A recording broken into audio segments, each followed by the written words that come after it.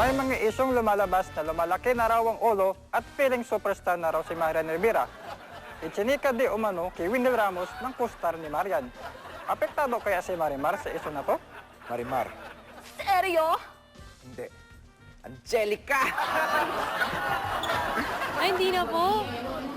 Importante po sa akin, maganda yung trabaho ko at nanonood po yung mga tao, sinusuportahan po ako.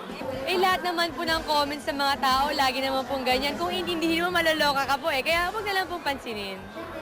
At ang napagbibintangan ay si Rufa May Quinto dahil magkasama sila sa movie na Desperadas. Marimar?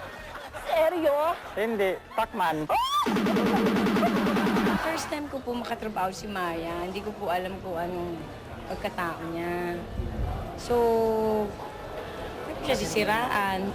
Ba't isisisi niya sa desperada siya? In fairness, wala akong mareklamo. Ang inaano ko lang, saan ang gagaling yun? At malaman-laman ko lang kung saan ang gagaling yun. Eh, saka ako magre-react ng bonggang-bongga. In the meantime, okay po kami.